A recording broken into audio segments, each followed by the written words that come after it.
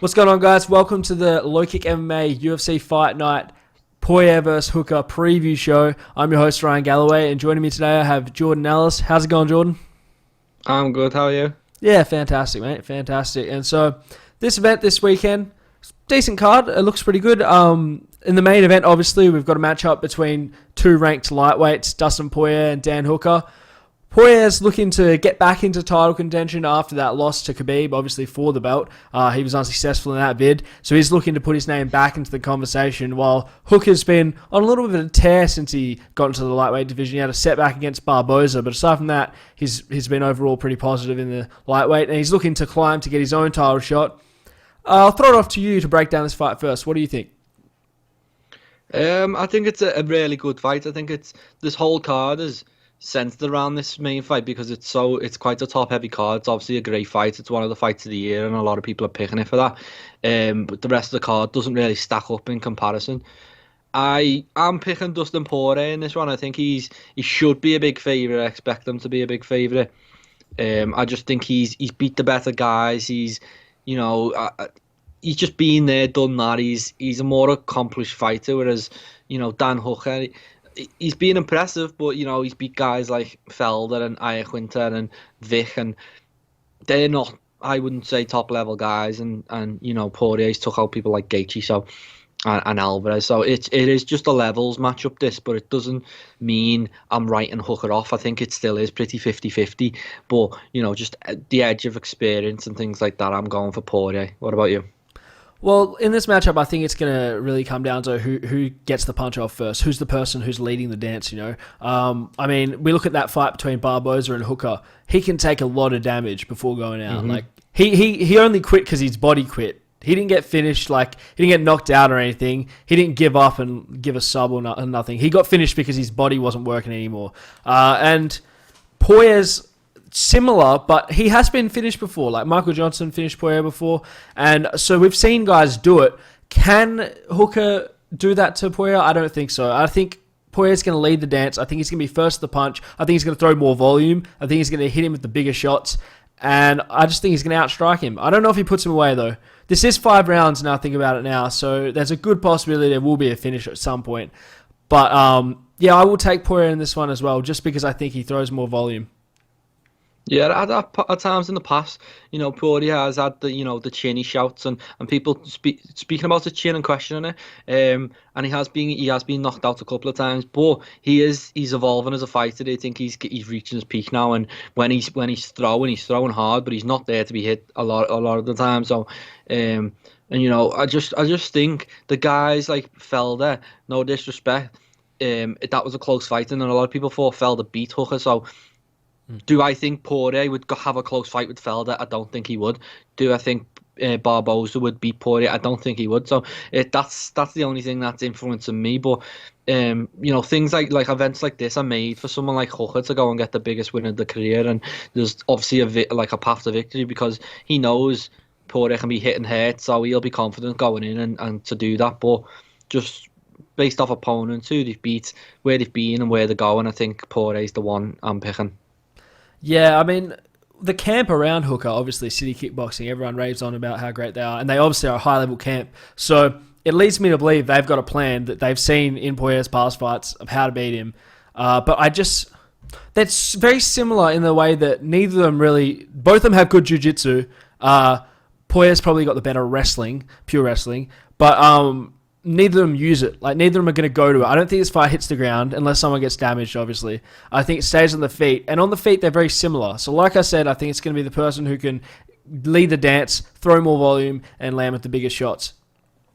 Yeah, I think that's what makes it so exciting, and that's why so many people are picking it for fight of the year and things like that, because it's not going on the floor. Everyone knows these two are going to go at it, and it's an interesting clash of styles because they're so even. A lot of people think we're speaking about leading the dance. No one knows who's going to be able to lead the dance, so that's what makes it so interesting. And then you could get the thing where they're just trading leather because it's a 50-50 fight for 5 rounds. So it's just a very exciting one. It's a massive fight, and just glad it's coming around, and I'm glad it's topping a card like this, which isn't as strong as we're used to. For sure. And so just on this fight as well, what do you think happens for either fighter should they win this? Because obviously Poirier, should he win it, he doesn't really have claim to another title shot. He's really only looking at Ferguson or McGregor possibly. But he's not going to get thrown to a title shot straight away. Obviously, Gaethje's getting a title shot next. And then after that, they want to do McGregor. I think Tony still... If Tony sat out, I think he still has some claim to a title shot after Gaethje, should Gaethje lose. If Khabib's still champ, I think you could even just throw Tony straight into title shot. Don't think they will, but it wouldn't blow my mind if they did. Hooker, on the other hand, if he gets a win here, I think his name's like right in the hat for that title shot next, you know. Who else is there? Ferguson, like I said. That's not a bad fight for Hooker either. It's probably a bigger opponent than Poirier, or as big. And aside from that, he's got Gaethje and Khabib. Yeah, in terms of these, I don't think either of these men will get a title shot off the back of this. Poirier obviously just lost to Khabib, so that's a tough one to sell. If Gaethje beats Khabib, then that's more interesting, but then you think Khabib's going to get a rematch, so there's going to be a bit of a wait, and it just seems obvious that the winner of this should fight Tony Ferguson for me, and I think he's still right there. Obviously, he lost big, and then he probably does still have to prove something to get his title shot. But you know, he deserves to be in the top fight. So him or Conor McGregor is just the go-to fight for either of these guys. And although it's not a title shot, I think they'll both be quite happy with either of them fights because they're massive. Like they're just going to be topping cards with that type of thing. So I wouldn't worry. Like the lightweight title is not be all and end all for a lot of these guys because you can just go and fight Conor McGregor and Tony Ferguson and make millions of pounds or millions of dollars. So Tony Ferguson's the one I'd go for, but if Conor McGregor's knocking about still, why not? Absolutely. And kicking on down to the co-main event of the evening, welterweight bout between Mike Perry and Mickey Gall. And this one, I think, to me, it seems quite simple how Gall has to win this fight, and I think he has to go out early and find a submission early. Or he could find one during the fight, but I think his best opportunity is to get in there early, take Perry down and submit him. We've seen Mike Perry, he can take a lot of damage. You look at that Luque fight. He got beaten and just kept going. His nose caved in and kept going. But then he fought, what's his name? Jeff Neal. And Jeff Neal put him out. Mm-hmm. So how does that affect him coming into this one? That's my question. I think this is on paper, I think it's a bit of a mismatch. I'll be honest. I think Mike Perry, although people like to laugh and joke and take the piss out of him a bit, he's still a serious fighter. Whereas Mickey Gall, he kind of got into the UFC challenging someone like CM Punk, and he's kind of every time he's stepped up his level, he's been found out, and it's another one of them things where the opponents they fought are just not on the same level, and when they have fought them, they've had poor displays. So someone like Perry, he's beat the likes of Paul Felder and Jake Ellenberger and Danny Roberts, who are really good fighters. Whereas every time Gall stepped up, he's been mocked. Really, I think old Diaz, this is well past his prime. Diaz did a job on him. Was it Randy Brown who beat him as well? So I just think it's a really good fight for Perry, and he was saying it's easy money, and I think it is easy money for him. I can see a victory for Gall because he's big and he can do the wrestling and he can take them down, but I just don't see him pulling it off. I honestly don't. What do you think? Well, that's what I said. I think the only way he's going to get this done is if he submits him. I think on the feet, Perry probably lands bigger shots and puts him out. But, I mean, he did lose to Diego Sanchez. That was TKO, wasn't it? I think it was TKO, how Gall lost. Yeah, he stopped him, and this is like Diego Sanchez last year, which isn't Diego Sanchez of old. He's not in his prime. He's nowhere near. He's approaching, I don't know how old he is, but he's old. And it's just, he's still a young guy, and he's only, what's he in, about 8 fights to his career. So Mike Perry's a serious guy, and he can punch, and he's beat a lot of good people. So as much as he's on a bit of a losing streak, and he's been facing top guys and he's been losing to top guys, but Mickey Gall has not beat anyone near the level of Mike Perry. He hasn't even come close to it. So it's a big ask for him, but he's young, and you never count out someone who's that young. I agree. Yeah, obviously he lost to Luque, who's a top 15 guy, fought Wonderboy and had like a decent display, although he got beaten up and he lost convincingly. He looked good. Like, he didn't look terrible against one. He didn't look out of his level, you know what I mean? And who was his last fight? Nico Price, another top guy. Luque looked fantastic against him. So for Mike Perry to lose to Luque is not a big like tarnish on his record. And also, if I remember correctly, that fight was reasonably competitive until the third round. Yeah, it was a split decision. So you've got that, and obviously Jeff Neal caught him early, and Jeff Neal's, he's the dark horse of the division. Hands of and then, steel. Yeah, and then Cerrone got him in an armbar, and Ponzinibbio beat him. But there's no bad names on his record. No one's beaten Mike Perry, who isn't a top guy. So that's what you've got to look out for. And he's beat some top guys as well. Like I rate Felder highly. I rate Danny Roberts. He's from my neck of the woods. He's a great fighter as well. So Perry's a serious fighter. He's seriously UFC caliber. Mickey Gall hasn't really proved that yet. His biggest win, Sage Northcutt, and it was kind of a clash of the reality stars type fight. It weren't a proper fight. So a lot for Mickey Gall to prove, but this is a chance to prove it. Mike Perry, he's not the top guy, so he is beatable. But just based off history, based off what we've seen, I expect Perry to go and get a big finish quite early in this one.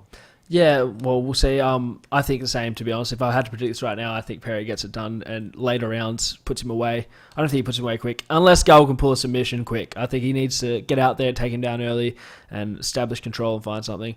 Anyway, we'll move down the card, and the weight class just keep going up because the next one's at middleweight, and it's between Brendan Allen and Kyle Dorcas, however that is said.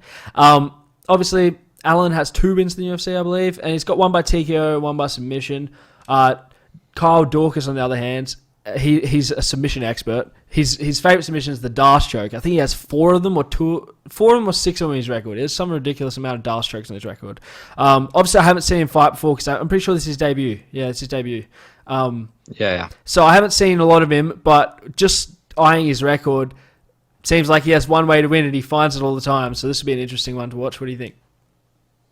Yeah, I'm quite high on Brendan Allen just because he beat Tom Breeze, who I quite rate, and he beat who else did he beat? He beat Kevin Holland as well, and then his 2 losses I think one's against Eric Anders and another's against a top caliber opponent. So he's kind of he's shown everything that I think that you need to be a potential contender at middleweight, and he was meant to fight Ian Heinisch, who was coming off a big win. So he's pulled out, and then for Kyle, it's a late notice call up, and that's you can go one way or the other, as we seen the other day. Max had to pull out, and the other guy got the win. He does have the threat though, and he's got. It seems like they're both quite heavy with the wrestling, so we could end up getting like a striking match, and I think that does favour Allen. I am going for Allen. I always think it's going to be upset if Kyle pulls it off because it's late notice. It is a week out, and he's got the call, and he's probably not ready for it. But let's see how he does. Yeah, I mean, if you can bet on the specific submission that he's gonna get a win by, I'd put money on Kyle to win by a Darce choke, because those people that like have the submission like that they go to, like Ronda Rousey back in the day with the armbar, like they're always looking for it, right? And he's going to go out there, and it's a week until his fight. He's not going to change his strategy too much from what he's used to. It's going to be grappling heavy. I don't think it's going to be a stand-up fight. I think he's going to be trying to get to the ground and grapple, or letting Allen get him to, no, he's going to look for the Darce. So he's going to try and take him down or catch a Darce on the feet. And if he's got it so many times, you got to think he has a strategy for doing this, and a week to prepare for Allen even to counter that. Obviously, he'd know how to defend against a Darce, but it's different when the guy's an expert at the Darce, right? So if I'm trying to get a big money bet here, I'm going Kyle Dorcas by the Darce choke. But if I'm betting smart and how it probably will go down, I'll probably take Brendan Allen to win a decision. Yeah, I do think Dorcas will obviously be trying to do that. I don't think he'll be able to. I just think this is a step up. This is a big step up for him, and it's on late notice. Everything's kind of against him. So if he does manage to pull this off, he's cracked it. But Brendan Allen, he's the top guy himself, and he's a newcomer, and he's hungry. And it's not. This isn't a give me fight. This is a really tough debut. This is tough. It comes in debut. So it is an interesting fight, and it is interesting. Obviously, it's a shame Ian Heinisch have to pull out, but it's very, because Kyle Dorcas, I think he would have got the UFC call in the near future anyway, and he was on his way. It was just whether it's just unfortunate that it's come on this short notice. But let's see how he does, because it is an interesting fight. Yeah, the other thing to note is Brendan Allen's ranked 13, so if Dorcas should win this, he'll be straight in the 15 on his in his like debut, which is pretty impressive. But moving on, the first fight on the main card is a heavyweight bout between Gian, Villante and Maurice, Greene. I'll hand it over to you to break this one down. A lot. This is one of the fights I'm not really a fan of on the card. Like, they're opening up the main card, and it's just two guys who are run of the mill. Like, nothing stands out about them. I don't think they're particularly impressive. They should be in this position. I think the fight underneath them is better, and we'll get onto that in a minute. And he's fighting a heavyweight, which is quite interesting. Gian Villante.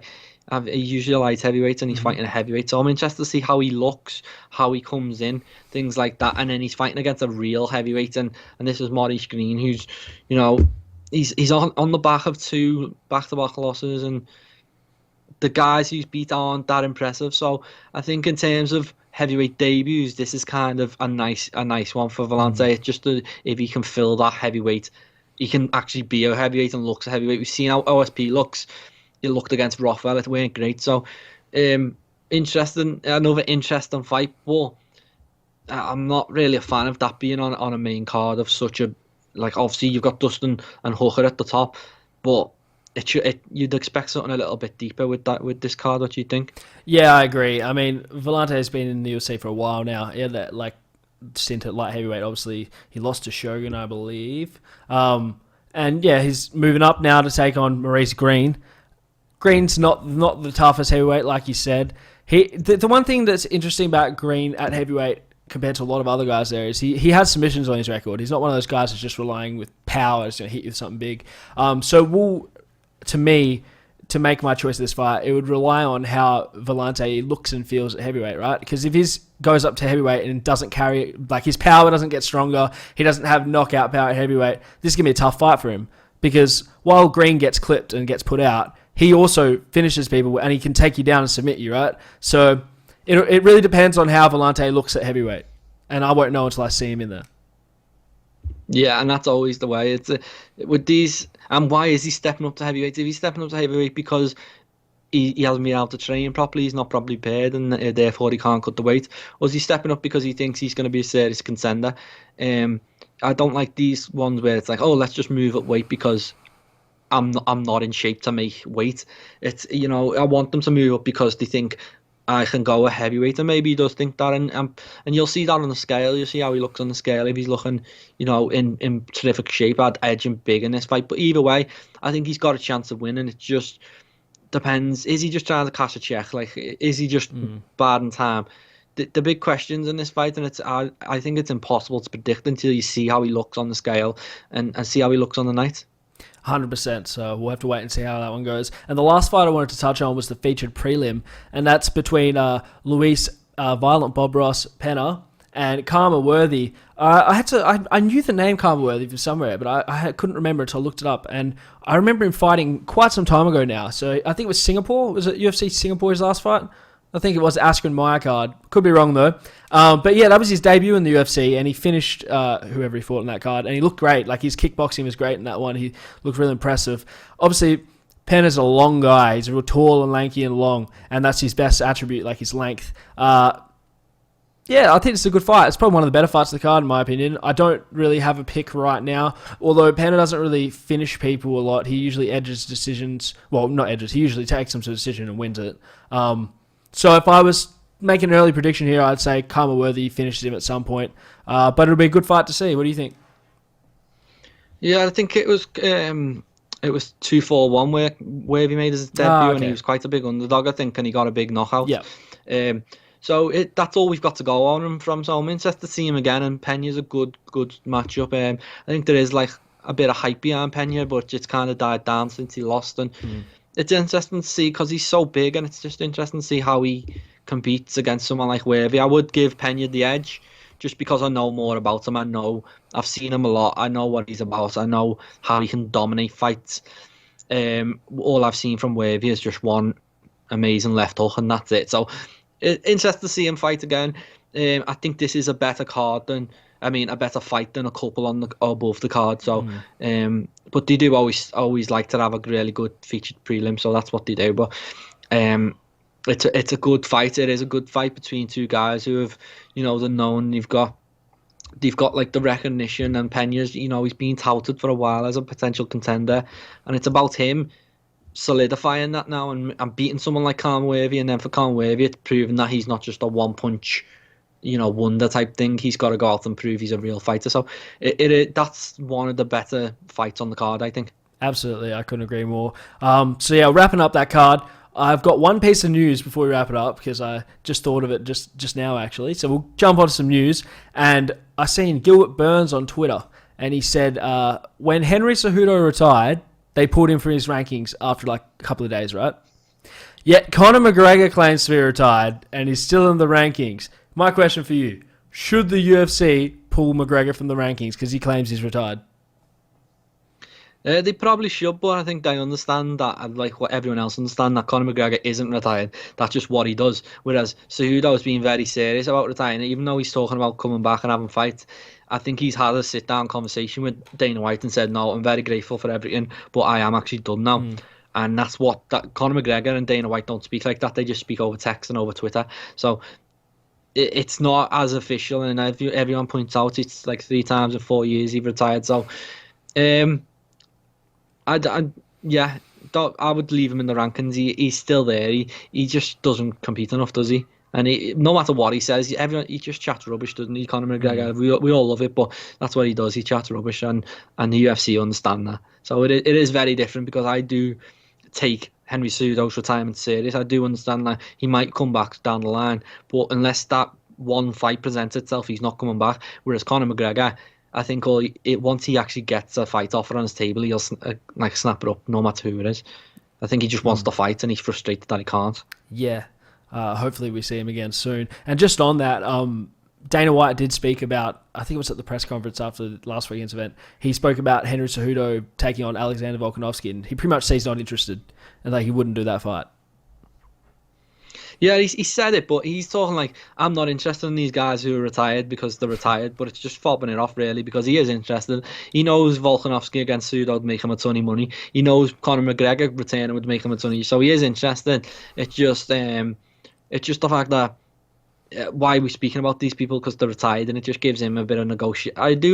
It's always about money. It's always about negotiation with someone like White, and I think in that situation he's just pretending like he's not bothered by them and he's moving on, when in reality he probably is looking at them, at Cejudo fighting Volkanovski and McGregor fighting, Dustin or someone like that, and just licking his lips and thinking, this is a load of money I can be making here. So I don't take anything a lot of people say seriously in this game, especially Dana White, especially Conor McGregor. Cejudo a little bit more, but even him, I don't take him too seriously either.